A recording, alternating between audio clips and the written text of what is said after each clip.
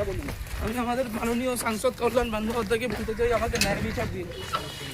কিসের জন্য হেল্প করবো? আমি কোনো ক্রিমিনালকে হেল্প করিনি, তোকেও হেল্প করবো না। আর তাছাড়া ধর্ষণ যারা করে তাদের আমি ঘৃণা করি। এত জঙ্গল, হ্যাঁ, চারিদিকে জঙ্গল, সাপকোপের ভয় আছে, সাধারণ মানুষ এখানে খুব কমই আসে। যারা নোংরা মনোবৃত্তি আছে তারাই হয়তো ভিতরে ঢোকে। এই ছেলেটি উত্তরপাড়ার নাবালিকার যৌন নির্যাতনের ঘটনায় তার নাবালক বন্ধুকে গ্রেফতার করল পুলিশ। আজ আদালতে পেশ করা হলো তৃণমূল কর্মী দীপঙ্কর অধিকারীকেও।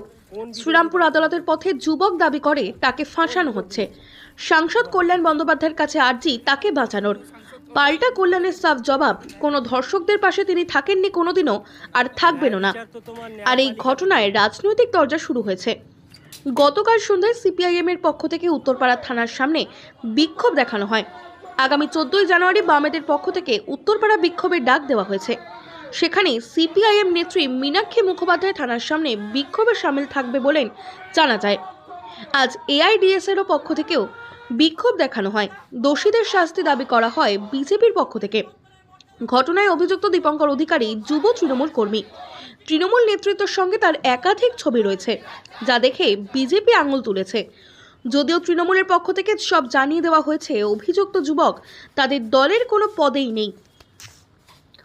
দেখুন, যে ধর্ষণ করেছে তার বিরুদ্ধে পদক্ষেপ নেওয়া হবে। কে সে, কার সঙ্গে কার ছবি আছে বা কার সঙ্গে কী ঘুরেছে, এই যে ছেলেটির কথা বলছেন, ওকে দল থেকে আগেই বার করে দেওয়া হচ্ছে।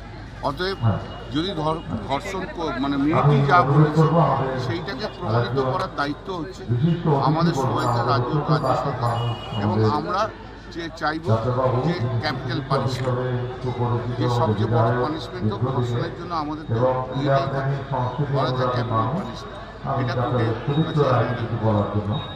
উনি আজকে আদালতের বাইরে বলেছে আমি সাংসদ কল্যাণ ব্যানার্জির হেল্প চাই, কি বলবেন? কিসের জন্য হেল্প করবো? আমি কোনো ক্রিমিনালকে হেল্প করিনি, তোকেও হেল্প করবো না।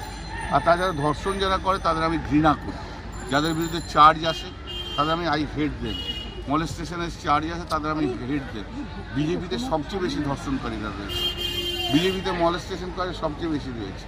গতবারে 2021-এ কৈলাস বিজয়বর্গীরা কী করে গেছিল সবাই তো জানে, কটা মেয়ে প্রেগনেন্ট হয়েছিল সব জানে সব। দাদা কালকে গভীর রাতে আমরা একটা কমপ্লেন্ট পেয়েছি, একজন বাবা এসে কমপ্লেন করেছেন ওনার মেয়ের সঙ্গে একটা সেক্সুয়াল অ্যাসল্টের একটা ঘটনা ঘটেছে। আমরা যে কমপ্লেন্ট ভিত্তিতে যা যা সেকশনে কেস করার ব্যাপার আছে আমরা সেই সেকশনে আমরা কেস করেছি। ইতিমধ্যে মেয়ের বয়স কিন্তু 16.5 বছর এবং ছেলে যার বিরুদ্ধে একজনের বয়স হচ্ছে 17, যে বয়ফ্রেন্ড আছে। তো আমরা তদন্ত করছি, মেডিকেল রিপোর্ট আমরা পেয়েছি। ইতিমধ্যে সেই ছেলেটিকে জুনাইল বোর্ডে পাঠানো হবে এবং যে মেন লোকের বিরুদ্ধে যে কমপ্লেন আছে ওকে আমরা অ্যারেস্ট করেছি। ওর টিআই পিরিয়ড চলছে, তদন্ত ঠিক মতো চলছে, কোনো অসুবিধা হবে না।